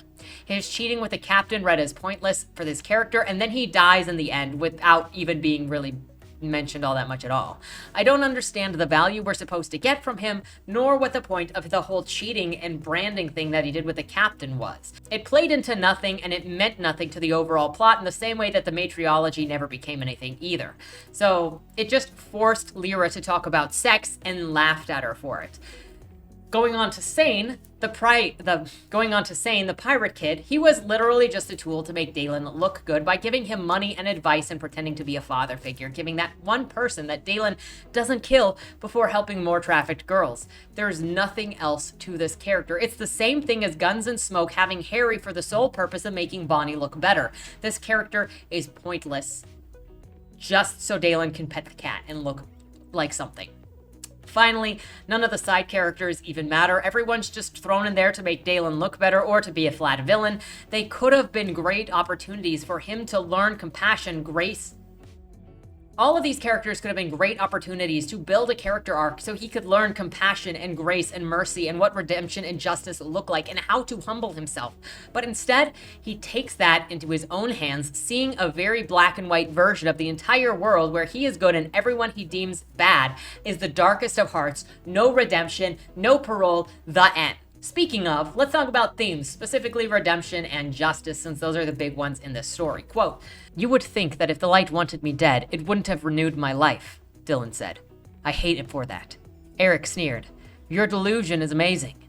"I'm not the one who's delusional, Eric," Dalen urged. "You don't want to put me on trial. You want to kill me. This isn't about justice. It's about your own selfish feelings. Who cares that everyone else I've wronged, who have also had loved ones die at my hands, don't get any satisfaction as long as you do?" Bro, I'm pretty sure all of his victims, almost all of his victims, get satisfaction by Dalen getting the chair. Majority of people were satisfied when Ted Bundy got the chair. I'm not saying everybody was happy when Ted Bundy got the chair. Most people were happy when Ted Bundy got the chair.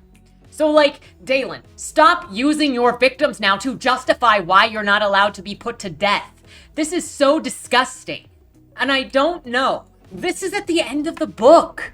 If you're going to tell me that this character is guilty, is feeling guilty, wants to repent, what is this excuse of using your victims as a shield to not seek justice, to not give them justice? One of your victims is literally saying, "I want justice. This is what justice is." And you're saying, "No, fuck you. That is selfish of you to call for justice." What about other people that want justice? What about all of the people at the trial that said they want you to die for their justice? Based on that, this book just did an injustice by not putting him to death in the end. Let me be clear. Meeting the final creator and being judged is justice, Dalen, and you are seeking to evade guilt, responsibility, and judgment that is out of your control. This book is more of an exercise in egotism than redemption, justice, trauma, or an examination of human psychology. This story equates justice to vengeance, making an argument that Dalen doesn't deserve death or to be judged by the creator because guilt means more. At the end of the day, it actually just reads like Dalen fears death and he's manipulating everyone around him to remain alive because he will actually lose control if he were to die. But while he is the most powerful man alive, he is in control of himself, his surroundings, his environment. He can take over the country again. It also fundamentally doesn't seem to understand what redemption is, though it tries. It barely recognizes that you need to try and do better in order to redeem yourself. However, Dalen continues to fail to do this as he remains short-tempered, tyrannical, controlling, bloodthirsty, sadistic, lacks humility, never realizes the value of human life, but instead wallows in his own self-pity. There are no times when he actually reflects on what he's done, but sometimes he remembers and decides to wail for about a sentence before moving on, and his agony is supposed to be enough of a payment for the millions of people that he's killed and raped. Additionally, it seems that this book doesn't really understand that death is sad. Anyone who is lost without a chance at, or by rejecting their chance at redemption, is a sad occasion. Instead, it revels in the evil of blood spilled constantly. Neither Dalen nor Eric stop to show the value of life, to pray over the dead, and we go back to people thinking that this is some badass statement for characters rather than recognizing that death is sad and all should seek or be given the chance at redemption. I mean, that is what Dalen is attempting to do with this whole book, right? So why does the novel have no regard for its own thematic choices or values? Dalen is the same person at the ending that he was at the beginning. Here is a take that could have been interesting for the arc of this book. You need the constant push and pull of Eric actually being a guiding light to Dalen's impulses and lack of control. At the start of the book, think Dalen could have been so weak because over time, as he allowed his perversion of justice to rot his soul with his correctness, he lost all of his abilities because the abilities come from the light within you. And he went power mad and ultimately lost all of his special abilities because he lost the light inside of him, while Eric got more light inside of him, because he's a light bringer. Then he threw himself off a cliff, and when he comes to, he gets either a second chance to not have his power drained from him at his own hands. He gets either a second chance to not have his power drained from him as his hands aren't tainted yet since he's 17, but slowly he loses them as he gives into his impulses again while Eric tries to teach him restraint, or 17-year-old Dalen doesn't have those powers yet because his heart starts out as black as it was when he was hiding in his little hidey hole, and he picks up lessons from Eric and learns restraint and self-control and humility and community and appreciation and how he is not the dictator of the world and how to actually be a good person, and he slowly gains abilities through that. Instead, his powers are tied to nothing, and he's rewarded for killing himself and continues to murder people. There is no justice in this book. The sexual trauma in this book is dealt with in a horrible way as well. From how Lyra breaks down 20 plus years after the fact when she's seemingly should have worked through most of that stuff so that she can be functional in society, to the way that it was resolved with Kusig telling her that she's a strong warrior, and I cannot believe that that's all it took for her to heal from her trauma. Like, really? This is probably written by the same type of person who thinks that you can cure depression by just saying, don't be sad. It then makes no sense that she would have this breakdown, and within a couple of days, she's at this point where she has such a huge breakdown when she finds out who Dalen is. But then in a couple of days, she's totally fine with being his babysitter indefinitely. It feels like such a cold and heartless thing for the author to do to the character, if I'm honest. But he treats other rape victims throughout this novel in the same exact level, but he treats other rape victims in this novel with the same exact level of callousness. The way this is annoying is that not only is it treated dismissively, but it's also just another plot point, like Dalen learning his powers. It's just a thing that happens, and then that thing stops happening when he snaps his fingers. If you're going to use trauma in your story like this, make it count. That is my only request. This is just distasteful and gross, especially for how much it comes into this book. Beyond that, it's just lazy, just like people who use rape, child rape, and animal murder for shock value in horror. Bottom line, you do not get a redemption arc by ignoring your evil actions or pretending they didn't happen. But that's what this book does. constantly. Also, saying, sure, I did bad things, but someone else did bad or worse things does not make your bad things better. There's a part in here where Dalen's laughing at the idea that someone else had sex with goats and invited him to have sex with goats, and he's laughing at that like that is ridiculous, and like, he might be bad, but at least he doesn't fuck goats. But you raped children. You raped women. You murdered 28 million people. You are not a better person because you didn't stick your dick in a goat. I am sorry, but you can't just not that bad your way out of 28 million dead and 427 rape victims. You can't. This book is ridiculous for pretending that you can, and also that you can say some of these claims were fake in court when you went out of your way to show us how bad this character was in previous chapters. Like, it's stuff that doesn't work together. The magic system. I've seen compliments to the magic system, and I have to ask what you mean by it's complex and works together, really. I mean, I know there's thermodynamics in there somewhere, but it's not a thorough magic system. In describing this to people, so in the way that this is described to people, Dylan's abilities basically work like this. A Dalen can have 4 thoughts at a time. If he thinks run faster on that first thought, then his speed is doubled. If he uses 2 thoughts and thinks faster, then his speed is times 4. If he uses that third thought and thinks faster, then his speed is times 8. And if he uses the 4th thought, then thinks faster, then he's 16. Then he's 16 times faster. So that's pretty much how this magic system works. It just exists. And also, yeah, that's pretty much it. He can just put that wherever he wants. Oh, I want to smell emotion, and now I can smell farther. Oh, we don't even know where the ability for telekinesis comes from. I guess he just put all of his thoughts on thought to transmit his thought. Like, you can just say, this is I'm thinking of this really hard, and now it works. That's the magic system of this book. The only way that he is limited in his abilities is if he doesn't think about, like, if he can't come up with the thought, period. He has more power than any of the Arcanites or the Lightbringer, which in turn makes the Lightbringer not interesting or valuable because he doesn't stand out as anything special. It all just feels like bullshit, and the magic system more becomes a way to Deus Ex Machina out of any scene and make sure that Dalen is always on top of everything. He was basically a power-maxed WoW character with hacks who would have been booted from the server if any of the other players found out. Building sympathy. Quote, "It was true that Dalen was unable to bear the full force of his guilt and self-hatred. He had been crushed by just a fraction of that low fall. But even so, there eventually came a point where Dalen found that he could move again. He could bear it and keep going, as the only other option was to lay down and die. Perhaps this was thanks to his infinite stubbornness and pride. He just couldn't allow himself to give up, regardless of how much he wanted to. Or perhaps it was a curse from the light, for it simply wouldn't let him die before his punishment was over, even if it meant giving him the strength to stand when he honestly felt like he was unable." This is somebody that really doesn't understand what depression actually looks like. Also, the only other option was to lay down and die. Bitch, you keep telling us that you want to die. Lay down and freaking die. Let me rephrase that. Self-martyrdom is not self-sacrifice.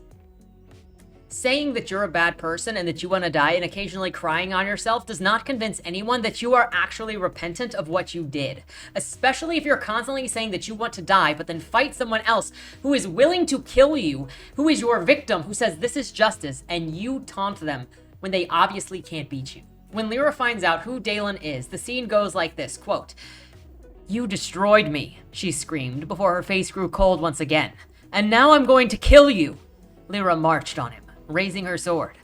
"I've never wanted that more than I do now," Dalen said, and Lyra hesitated. "And it's because of that I can't let you. Don't you see that being alive, seeing what I have done to you, gives me more pain than death?" Have you ever heard anybody more narcissistic when talking directly to their victim? More self-serving to survive. When calling for justice against themselves, look, Dalen, pro tip. If you wanted to die, everyone's got swords. You could have seppuku'd yourself at any time. but you didn't. So your words were a shallow plea for sympathy from the reader that became annoying and disgusting and self-serving. The worthlessness of Dalen's acting is highlighted early on when he kills those two guys in the alleyway, cries on himself, and then runs away when the cops come. He never comes clean about himself, he never begs for mercy or forgiveness, and other people have to out him for the way that he has wronged them.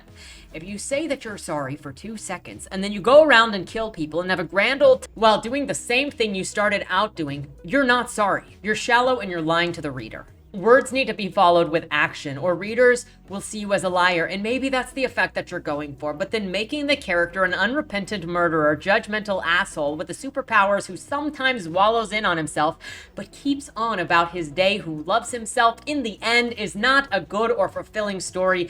That's not a redemption arc. That is frustrating. What would have actually been a strong character action would have been to allow other characters power over Dalen. A possibility would have been when Eric found out that Dalen was the one that killed his family. Dalen should have gotten on his knees at the end of the book and said something like, I know that my life is not worth that of your family's, and I know that this will not bring them back, but my life is all that I can offer you in penance for what I have taken from you. It is not nearly as valuable as your wife or children, but it is all I have that I can pretend is even close to the worth of what you have lost. Let him humble himself and let Eric make the decision not to kill Dalen. Instead of making Dalen OP Eric in a fight, insult him and then forgive himself. There is no, and then lecture freaking Eric that his justice is actually vengeance and that you should forgive me because I'm a changed person. No. The person that wrongs you does not get to lecture you on morals. There is no meaning. And there is no meaning of an OP man forgiving himself and everyone else having to bow to him because they can't beat him. This book pretends to get justice by Dalen wanting to die, but that is not justice. His repeating his misery isn't justice, and I couldn't believe it at the end of this book. All Dalen needed was to forgive himself and tell everyone else that they were wrong. Speaking of which, how can you seriously be telling your victims that they shouldn't judge you because you're a changed man? You don't get to decide that. You're self-serving. That sentence of I've changed so you can't judge me shows that you haven't changed.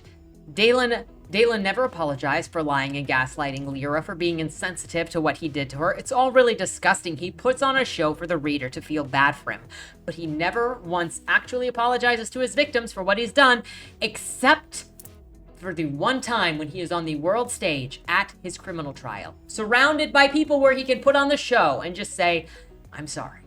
Not once does he do it when it is not a showman's move, either to you or for a global adoration. And that says something. The worst man of all. Quote, so, it can be hard to tell the casual jerk from an axe murderer. Yes, like I said, this sense must be used with care. You possess a great gift, Dalen. Don't abuse it. Your own gifts are as significant, and while we're together, I'll be sure to see that you don't abuse your powers either. Thanks. Thank you, Dalen, the master of morality, for shepherding the morality of the Lightbringer. He really is better than everybody else, isn't he? So this book sets out to present Dalen as the worst person that ever existed, but also not actually the worst person at all, as shown in even just that passage, which was not near the end of the book even. He already thinks he's better than everyone else. It's an impossible sell to tell me that he was a dictator who committed all of these crimes, but he has the brightest light in his heart because he knows the truth and he did it with good intentions. And then to tell me that nobody else that they come across has any amount of redemption or light in them at all, period. Dalen is completely trustworthy to just murder everybody that he sees.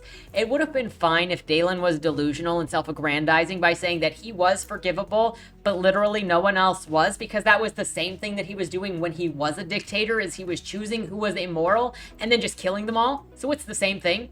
But that's not what this book did, because it had external people affirming Dalen's judgment. Not only that, but it also has the story call him a hero for doing the same things that he did as a dictator. When the hero acts poorly, but the narration and the side characters all say he's amazing, then it's the author telling you that he is a liar. The author is the liar.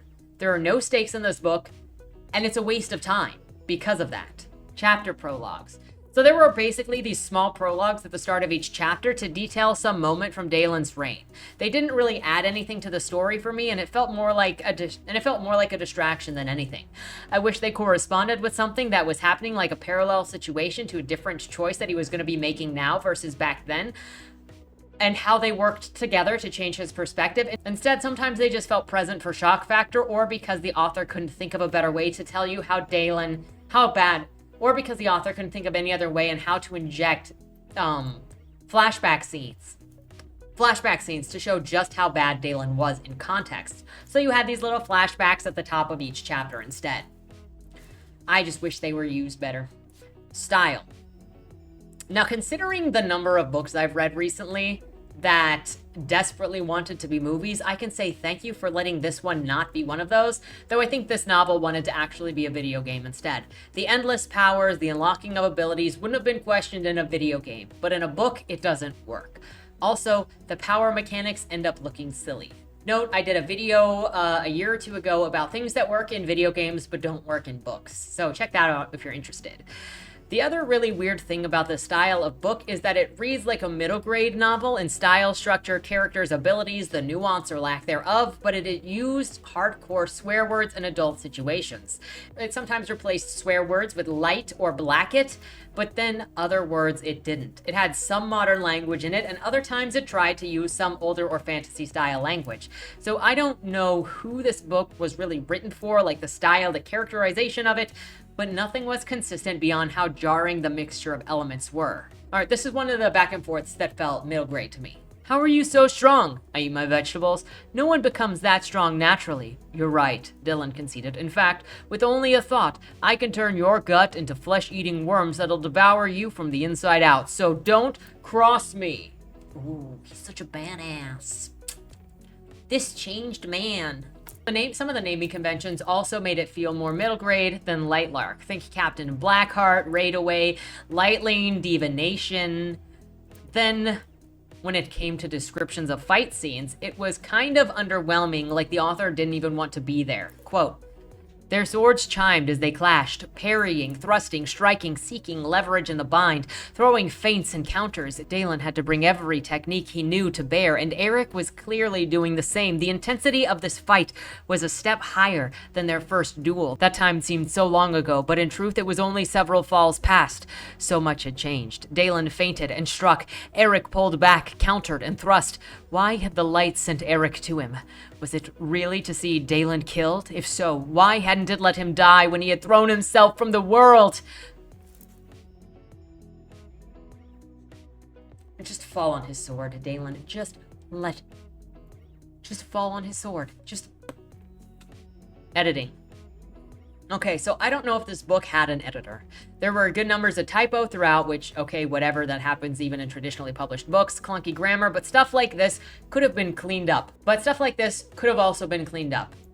Quote, a room with patterned wallpaper on the walls could have been changed to a room with patterned wallpaper. It's assumed that if you mention wallpaper, it's going to be on the walls unless you say otherwise. Also, remove telling language like this, which is a very common issue with novice writers. I see, Dalen said, grateful that Lyra had been so open with him. That's telling language. You don't need to tell me that. I can pick up from the scenario that he is grateful for Lyra being open. That's in the subtext. But a lot of writers over-explain. Will Jordan did the same thing. Riley Sager did the same thing. I could go on lists of authors that do the same thing because it's just not cleaned up novice writing. The book cover. I don't normally comment on book covers because it is what it is, but the author has an insanely popular YouTube channel, and so he should have hired a decent cover artist so it didn't look like a PS2 game. This cover said to me that the author didn't give a fuck about the book already and wasn't going to spend more time or money on the cover and the contents than he had to. He wouldn't even hire someone to create a cover to match the market. I don't even know what this is. I don't know why you would do this if you have money to get a market-ready cover that could literally reach outside of your audience. Maybe that's the reason why. The cringe. This book thinks that it is so funny that it should come with a laugh track. There are so many times where characters in here do bickering jokes back and forth, and then one of them will pause to say, "That's funny," and the other one goes, No, it's not. And then they argue all over again. Saying something is funny like that does not make it funny. Just so you know, that's not how humor works. Quote, "Nah, it's definitely a measure of their goodness," Sane said flippantly. "Yeah, I thought you'd say that. Screw you. Sorry, I don't go for boys. Why don't you ask the bringer? He dreams about naked young men." "Dalen," Eric said, "this is completely out of context." "So, you do dream about naked men?" Sane asked teasingly. "I'd rather not talk about it." Dalen and Sane laughed. Why? Quote, "What are you doing?" Sane asked, looking at the levers. "Yeah, I can see that. Why? Huh. So now you're trying to make conversation?" "If I had any say in it, I'd like to never speak to you again. I was just wondering." Dalen glanced at him thoughtfully. "Why? Why what? Why were you wondering? I thought that you could read minds. That's only when I split open their skulls and write words with their brain matter." "You're sick." Dalen chuckled. "I thought it was quite funny." "You're proving my point." "Oh, Light, you're as high-strung as the bringer." "Better to be like him than you." "I would argue with you there. So are you going to answer my question?" "What question?" "Why were you wondering what I was doing here?" "Why were you wondering what I'm doing here?" Dalen said, pointing at the lever mechanics. So number one, other than obviously the bickering back and forth, which I hate authors trying to fill pages like that. How are you going to tell me that this character constantly hates himself when he tells this guy that it is better to be him than the Lightbringer? This book constantly undermines itself by trying to pretend that Dalen is supposed to be this repentant, self-hating person, but he tells other people that they should want to be him. He doesn't actually hate himself. Ah! I know I'm getting heated. I'm getting so heated I'm losing my voice. The other thing is I don't mind unique and powerful characters if they're well written, but it got tiring for this story to constantly stop what it was doing to brag about how unique and wonderful and powerful Dalen was. Character arc. If you haven't caught on yet, there is none for this book. Dalen is the same tyrant in the end that he was at the beginning, and I believe the book was lying to us the whole time about his change. It's amazing that literally everyone he came across was irredeemable, while he, the worst person of all, was not. That's a cope. It's amazing that he could statistically laugh about killing people and take pleasured excitement in killing people. And he was supposed to be seen as some good guy. It's amazing that everything works out in his favor and people praise him. My theory is that they all knew that he was all powerful, and so they wanted him on their side because with his new powers, he can and will take over the kingdom again whenever he feels like it, and it's only a matter of time. But for now, they're going to go easy on him, so maybe hopefully he doesn't murder them all when the time comes. Dalen is still the same judge, jury, and executioner of the state at the end of the book that he was theoretically repenting from. He sees what he's doing to other criminals as morally good and justified in the same way that he was doing that during his reign and saying everything that he did in his reign was morally justified after he labeled people as criminals. He is about to repeat the life that he had just had, starting at 17 again with powers no one else can possibly beat.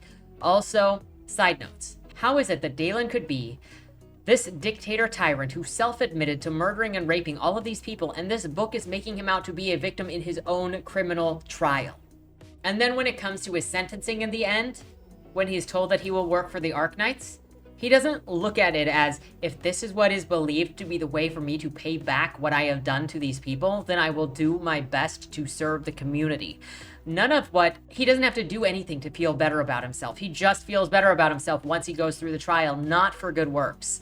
None of it was about what he can give back to the community or his victims at all. In the end, it was about making him feel better about the choices that he made and justifying the harm he did to others. Too many messages. I think this author wanted to appeal to a certain type of audience. I think he also had messages that he felt were important to express in his story. I think he had a lot of themes and messages that he wanted to express in the story, but they were things that could not possibly work together by also doing the power fantasy, nor could they relate to the same story or the same character, like false allegations in court, like the false allegations in court mixed with the trial of a dictator's cruel reign. Those two things don't really work together if you want us to believe that even the worst person can be redeemed. By putting so many things together so recklessly, the main theme is weakened. The secondary themes come off as insulting, like the Lightbringer accusing people in court of falsifying rape claims and Dalen being unfairly treated, or the rape sub-stories, like the Daunists, like anything, like Lyra's healing from her trauma. And excuse me if I don't think that there is overcharging in the court of law for someone who has a rap sheet as long as Dalen's. Tell me what is a fair punishment for him if we're going to get to the end of the book and start kicking our legs around going, this is unfair! This author needed to care about this manuscript, get it critiqued, listen to the crits, and make it work. You can always spread your ideas out, unless you think that you will never write again because you just didn't enjoy the process. In which case, I can tell that by the outcome of this book. And if you enjoyed writing this book, I can't tell as the reader. Because it looks like it was a one and done. It looks like it was something that you didn't want to relive again. And so minimal effort was put into it. No effort was put into it to make the characters deep, and nothing was put into it to make the story cohesive. My closing note is just, if you're interested in seeing how the story played out, I highly recommend you check it out, and then we can have a conversation about it maybe, or I can get your thoughts on it. This was just my experience with it. There was a lot of stuff in there. I'm obviously not the target audience, but I'm also just not the target audience in general because I'm not a high fantasy person. But I am a psychology person. I am a criminology person. I am a literary person. And the way that these things were put together did not work. For all of the reasons that I just said. Probably more, but I thought this video was going to be long, and boy was I right. So this is just as much as I can get in and still consider mildly reasonable. So thank you so much for watching. I look forward to your comments down below. Hope you have a great weekend, and don't die. Hello, boomers! My name is Yanananana. How are you feeling today? In case you didn't know, I'm a YouTuber from Nide, a small town in eastern Ukraine. My family has never really understood what I do in the woods, but all I've ever wanted is to make a better life for us all. Papa always comes home from the mines dirty, angry, and tired.